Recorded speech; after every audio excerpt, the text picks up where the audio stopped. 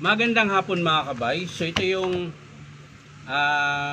ilan? 1, 2, 3. Pang-apat na repair ko mga kabay. 39401. Ang model ito mga kabay, DWD024 1/2. Capacity ng 1/2 drill. May variable, may reverse, and may hammer. DeWalt. Ayan. So ito mga kabay, yan, sasaksak po natin. So, yan. Gumagana po siya, pero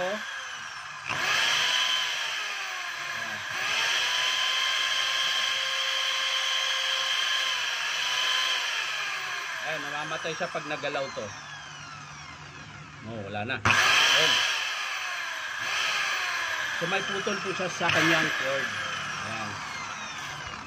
So ngayon mga kabay, imbis na wiring lang sana, ang problema, ito, ang laki na ng palag. So bubuksan na rin natin mga kabay. So ang una nating estimate ay yung cord niya mga kabay. Ayan.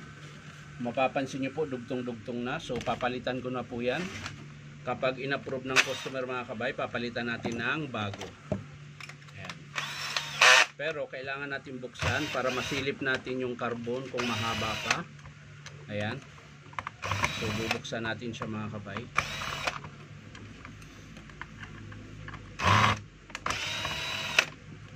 Para masilip din natin yung kanyang bearing housing kung maluwag na.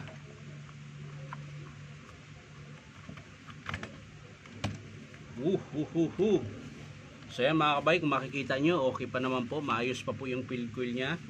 So yung carbon nya mga kabay ay maiksi na. Ayan. So magpapalit din tayo ng carbon. Tapos yung bearing housing, ayan po, ang laki na po ng palag. So ibig sabihin sira po yung bearing housing nun, kaya malakas yung palag. So ang estimate natin dito mga kabay, carbon brass, bearing housing, tsaka yung 3 meters cord, tsaka plug. So yan lang po yung estimate natin. So yan lang ang sira ng DWD024. Ayan.